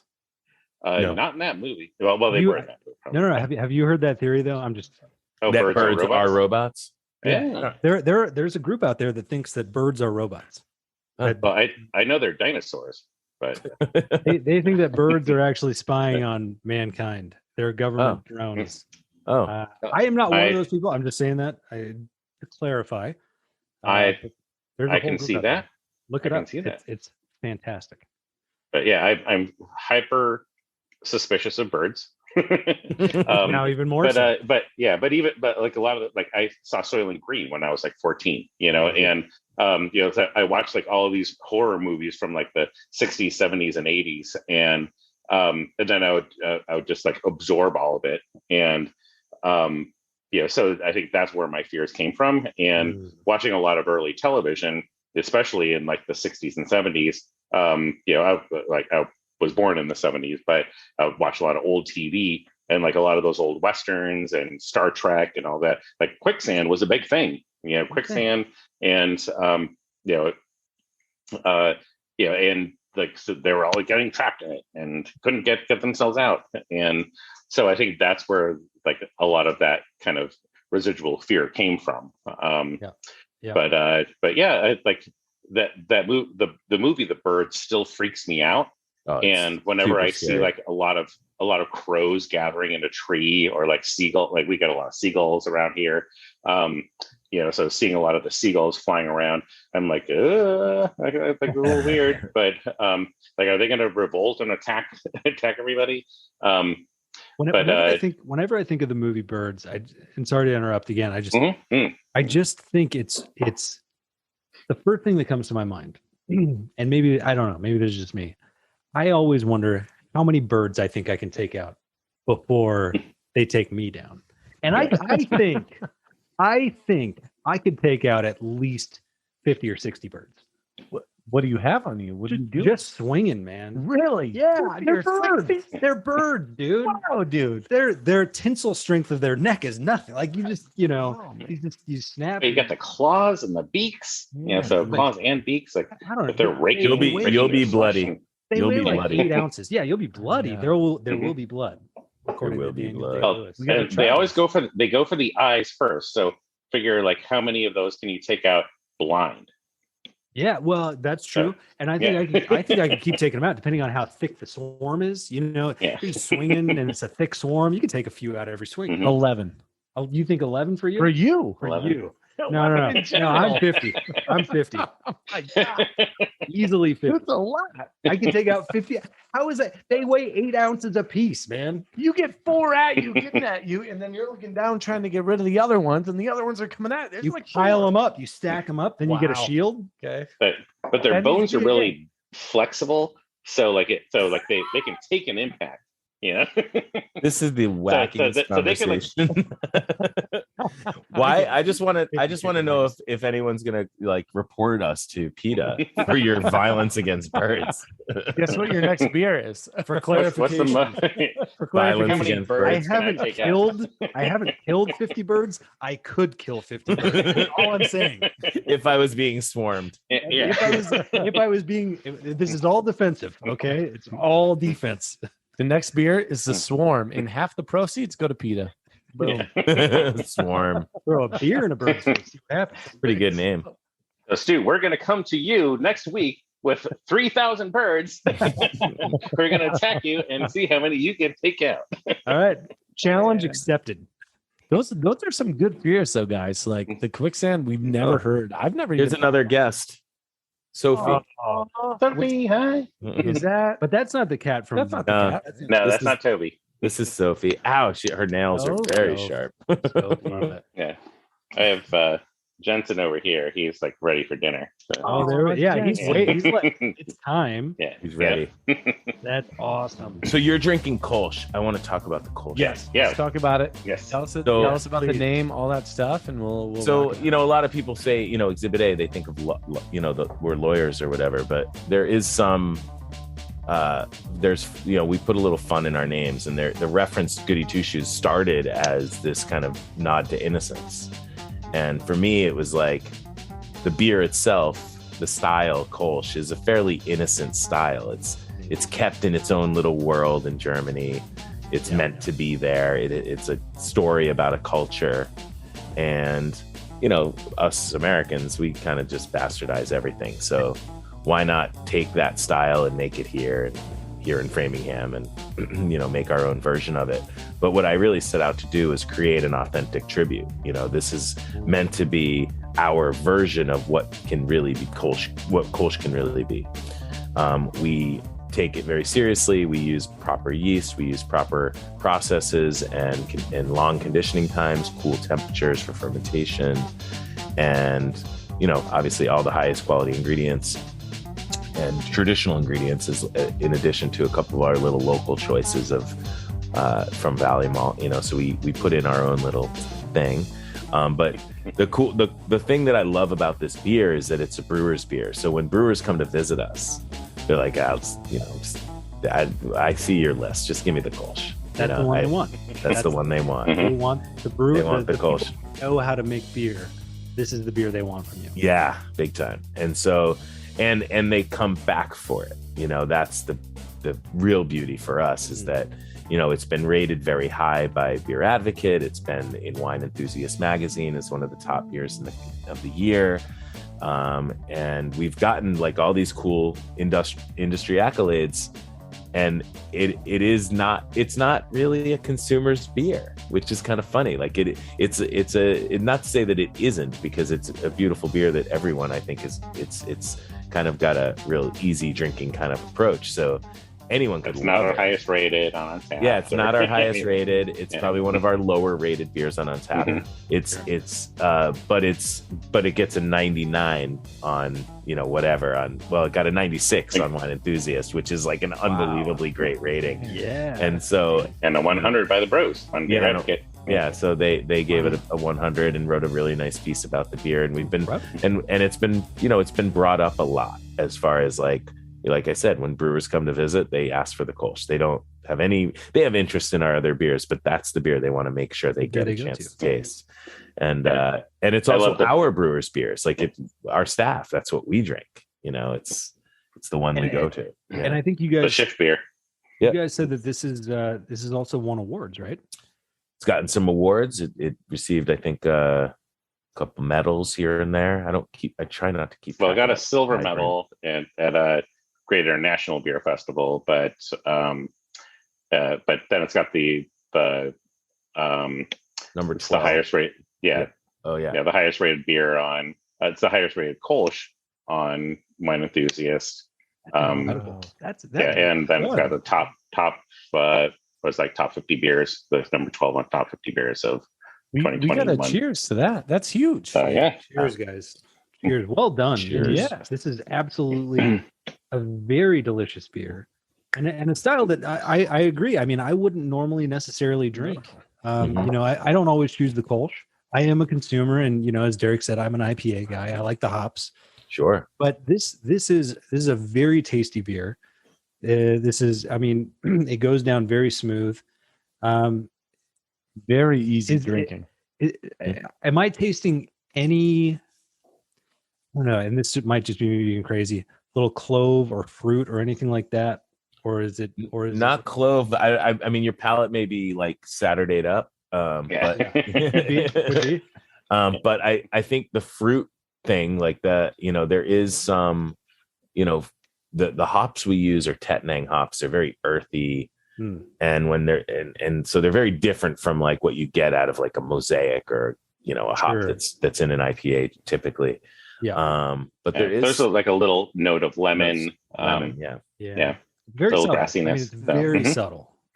Very subtle, but I mean, just very smooth, very easy drinking, very tasty. I mean, honestly, like this is probably I think Wine Enthusiast got it right. This is the tastiest Kolsch I think I've ever had. The thing is with every one of your beers, which is kind of what we look at too, with like obviously anywhere we go to drink,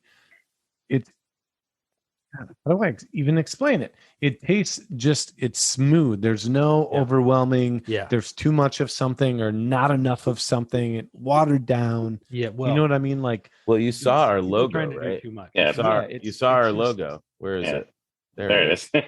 The scales. The scales. Yeah, Balance. It's all about balance. You're talking about balance, you know? and I don't care if you're like if you're brand new to beer, if you're, you know, been drinking beer forever, you notice that right away. Like this is perfect. Yeah. You get, I mean, I went on a beer tour in Colorado about a year and a half ago, and we went to breweries of all sizes.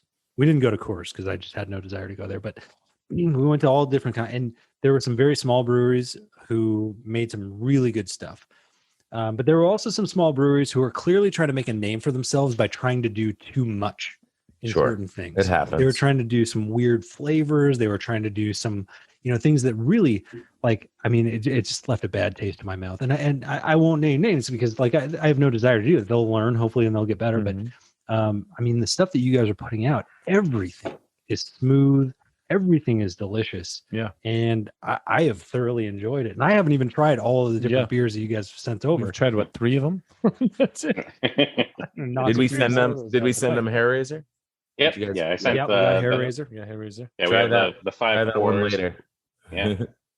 I thought the 5 cores plus Saturday. So you should have like Goody Two Shoes, Cat's Meow. Cat's Meow is like our number 1 seller. That's our hazy, you know, hazy New England style IPA. Yep. Just a Kitten. Hair Razor is the double IPA. That one's got a really nice punch at 8%. And then Briefcase Porter, which is one we love to talk about as well. And then Saturday. So it's a really great lineup. I mean, and that was what I was impressed about too, because, you know, of everything that I've tasted so far, there are multiple different styles, and you guys are doing well with a lot of different styles, because a lot of breweries will be very good at one style, but to be able to bring it to life in different ways, really, really great. And one of my favorite stories with the Kolsch is when we we hosted the Mass Brewers Guild like quarterly meeting at our brewery, and one of the things is like we donate all the beer, so it's free beer, for all the breweries who come and hang out and their staff and everything. So we're just like we're ringing everything up just so we know what the total is. But we're serving free beer. 98% of everything we poured that day was Kolsch.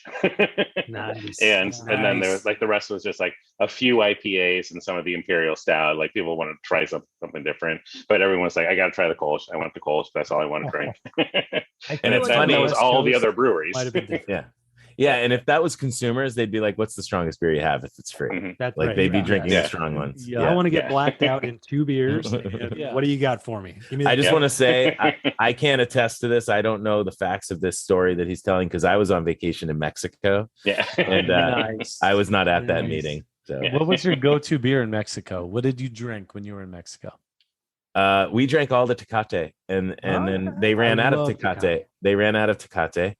Like we drank it all literally, and it wasn't an all-inclusive resort. So they ended up, we were drinking Modelo's and Especial, and it was really good. I drank mostly canned beer as well as there, just because the draft beer just wasn't quite there, But we went to a little brew pub that had like their own beers. And one was like a diacetyl bomb, the other one was a sulfur bomb. It's like they were struggling. They're trying. Yeah, they were trying real hard. Yeah, it's tough to find some good craft beer down there. I will say. That I've seen. But Tecate is awesome. Tecate is fun. It's a smooth. I worked construction in college and during summertime. I did siding on houses. Believe it or not. This mustache doesn't come without merit. Okay, I've earned this bad boy.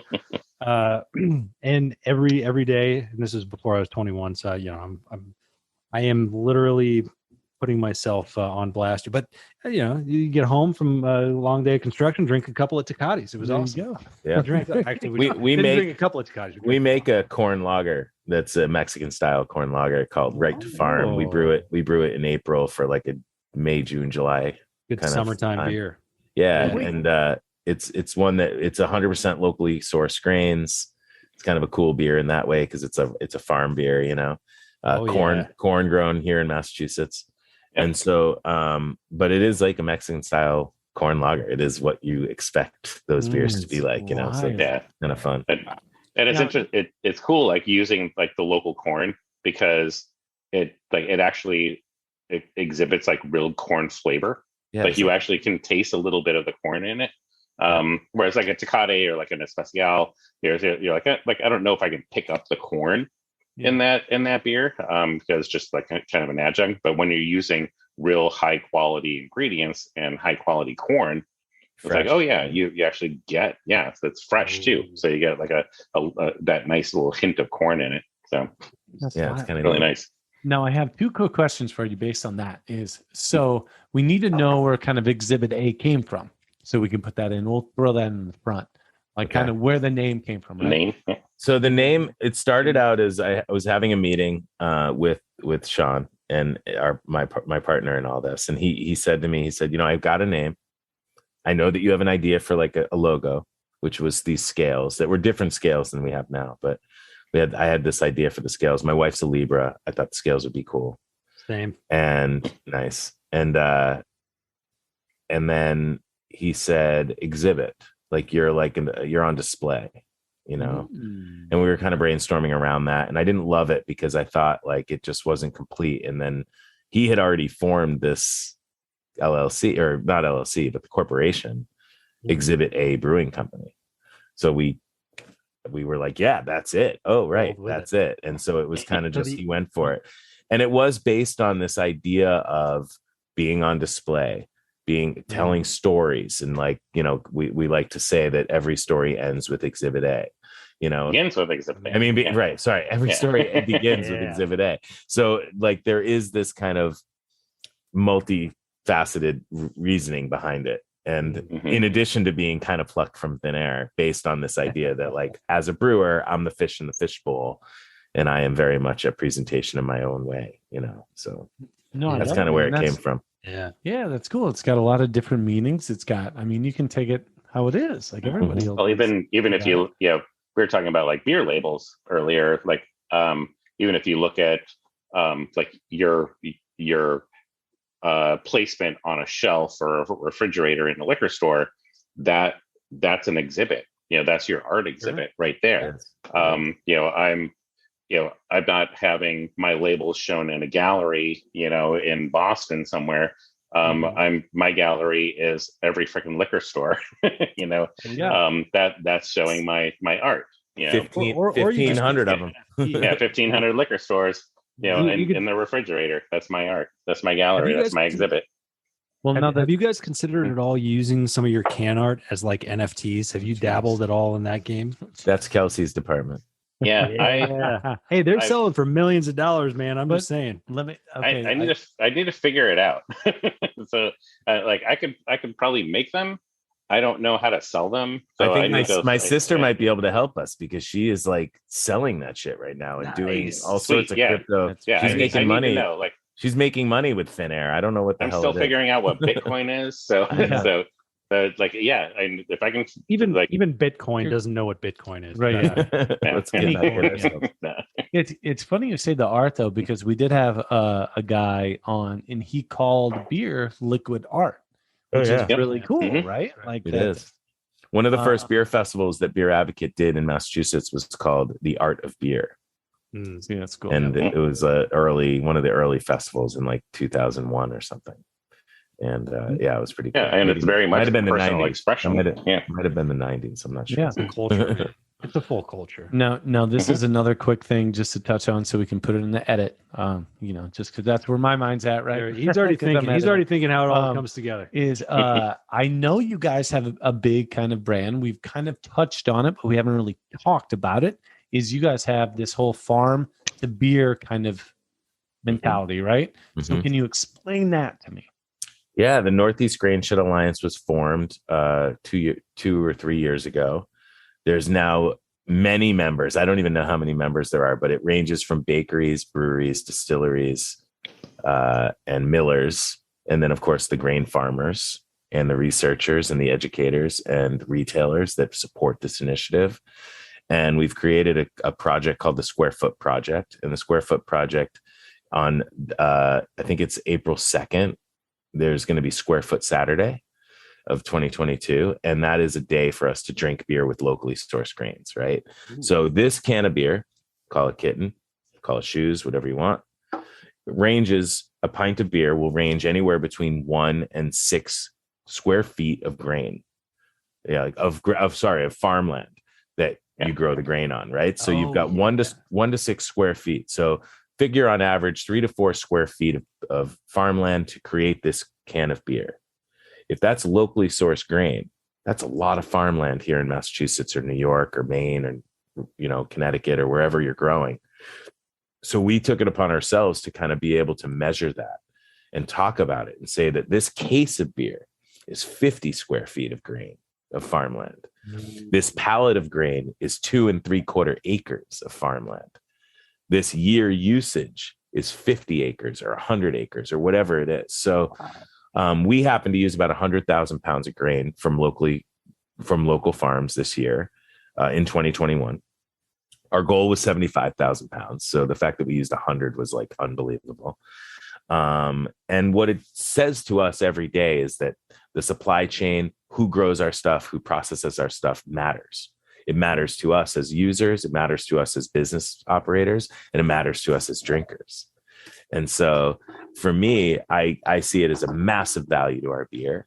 I think it's a huge opportunity for us to support local farms, local processors, local truck drivers, because the grain isn't coming from the Midwest. It's coming from New York, and it's coming from Massachusetts. I happen to also be really good friends with our local maltsters we talked about earlier, Andrea and Chris, and their head maltster Margot. Maltsters. Yeah, she used to deliver grain to my house. Now we get 2 to 3 pallets at a time, so it's a little heavy to bring in the van again. But and they've grown while we've grown, and they supply a lot of breweries and distilleries with products. for making beers and spirits. So it's I think it's just a win-win. We talk a lot about how the supply chain is fractured in our meetings, because what used to take me 6 weeks to get now takes 15. Wow. And like call me and like that's locally or regionally. No, I'm saying like if I'm ordering something from like Europe or something, and I'm like, we got tomorrow we get we also use grains from Europe. So I'm not just saying I'm only using locally sourced grains. It's just we're not quite there, but like the grains we get from Europe, we actually have a trailer showing up tomorrow. I ordered that trailer in the end of August. Wow. So 2021. Yeah. Right. I ordered grain last week from Valley Malt. It'll be here on Wednesday. Dang. You know what I mean? It's like, and they're making it to order. This local sourcing is much. We want to support it because we think that it is absolutely the future, because there is no way that we can sustainably keep getting stuff from Europe and have it still be cost effective. Absolutely. Think about like the freight, and the freight alone is making it very difficult to even the carbon footprint too. Yeah. And the environmental impact for sure. And that's a huge part of it. And why get grain powered drones just going back and forth from Europe to Boston every like 2 hours with pallets. Somehow these drones can carry pallets. We're not talking about those 2-pound drones. We're talking about the big boys, the ones in the military. You're not the Amazon drones. And speaking about that, like, the supply chain is fractured. Like, my Prime order didn't get here today. I mean, it'll be here tomorrow, and I ordered it this afternoon. If Amazon's not on time here today. If Amazon's not on time, something's fucked up. There's something missed. No, it's a problem. It's totally true. But we do care about that stuff, and I'm super proud of the committees that we've created and the group of people that we've put together. We're doing a collaboration beer. I guess this is technically maybe the first announcement. We haven't told anyone about it, but we are doing a collaboration beer at a friend's brewery in New York. Where it's a square foot beer. It's like 100% New York grown grains malted with at Hudson Valley Malt and also Valley Malt.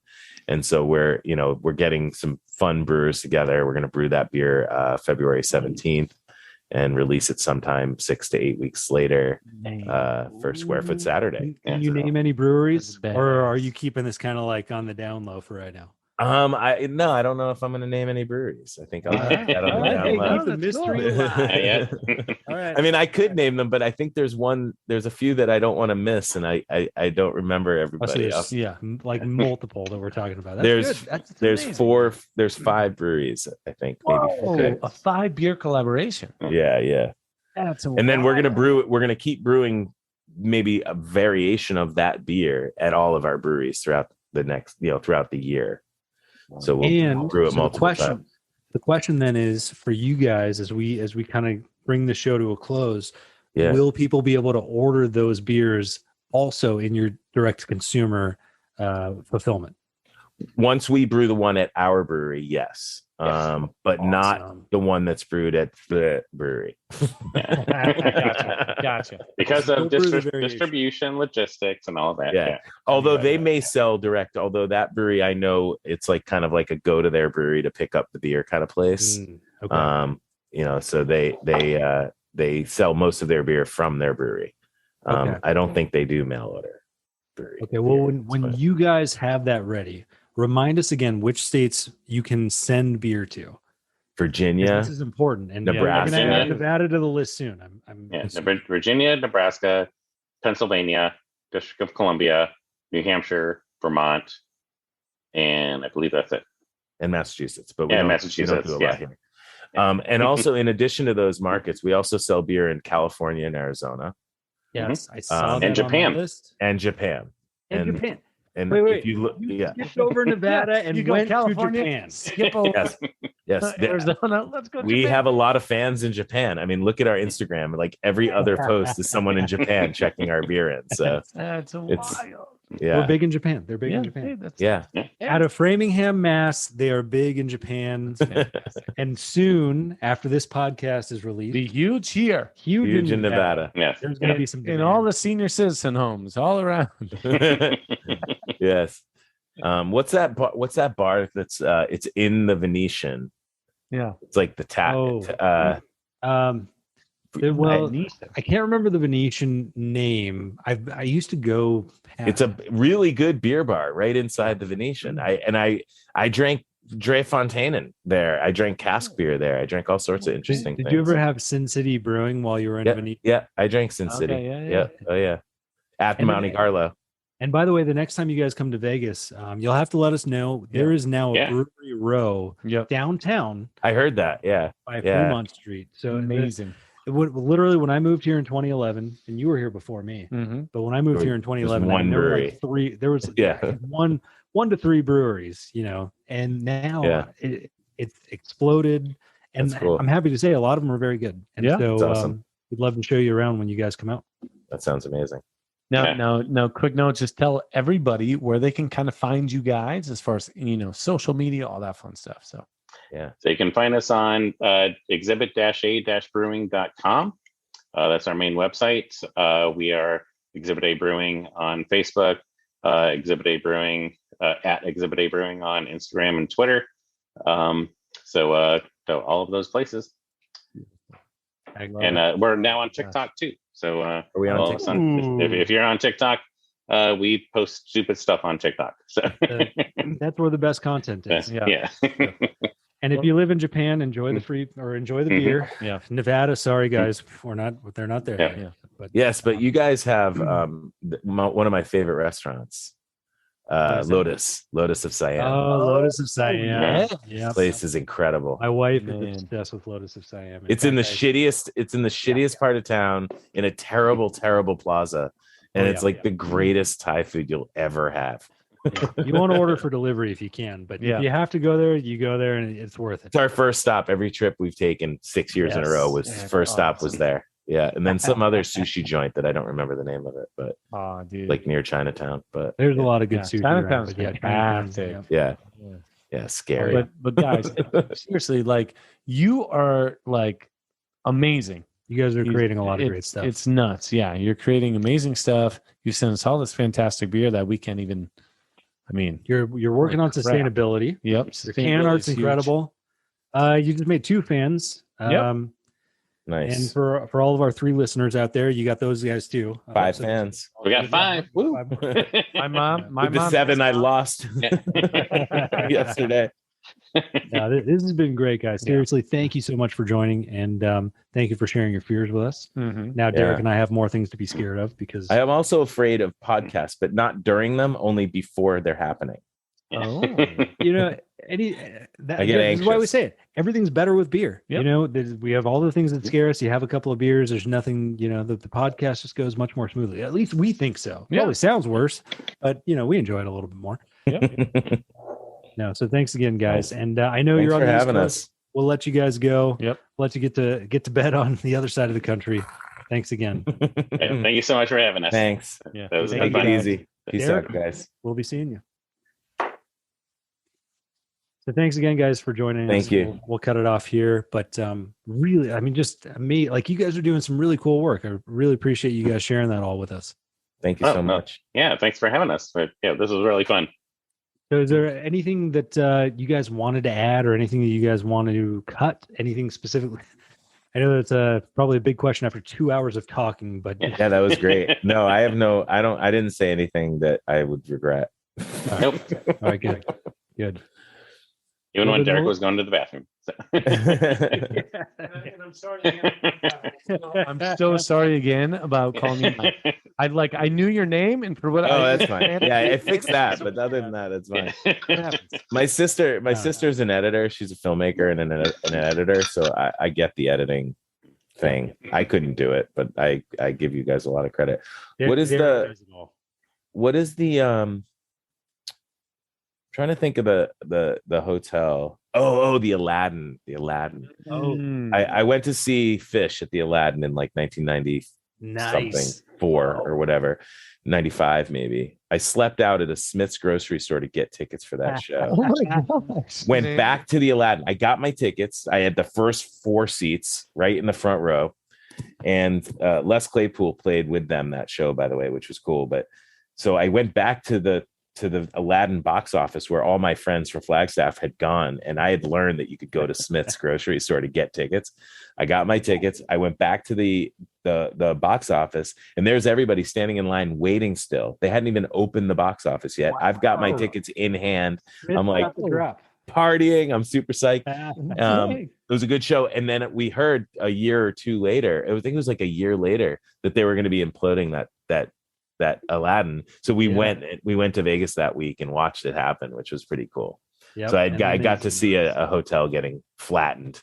Vegas style. They don't do them as that's what my brother just, said. Like refab them. They just I guess the dust is kind of bad for the environment. I don't know. They should do that to the Luxor. The Luxor needs to be destroyed. That place Luxor it's an eyesore, and it's a bad part of the town too. Like that South Strip is just it's not good. South Strip's awful. You want to be in the middle of the strip. You don't want to be North Strip. You don't want to be South Strip. It's that mid strip. Yep. But nice. Luxor, I don't know.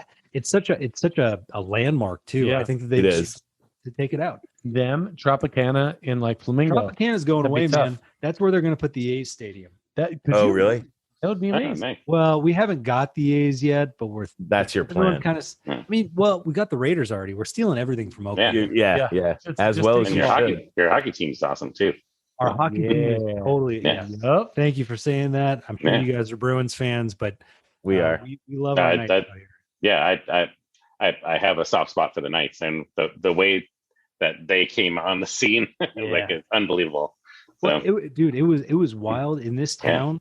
No, I mean, this is Vegas. No one watched hockey out here. No. I mean, maybe they don't even. They've never seen ice. Have you even seen ice before? Literally. And then they went to the Stanley Cup Championship year one, and I kid you not. I mean, probably 90% of this town has a Knights hoodie or a Knights hat 100%. Or a Knights bumper sticker or a Knights. That's cool. I think it's insane.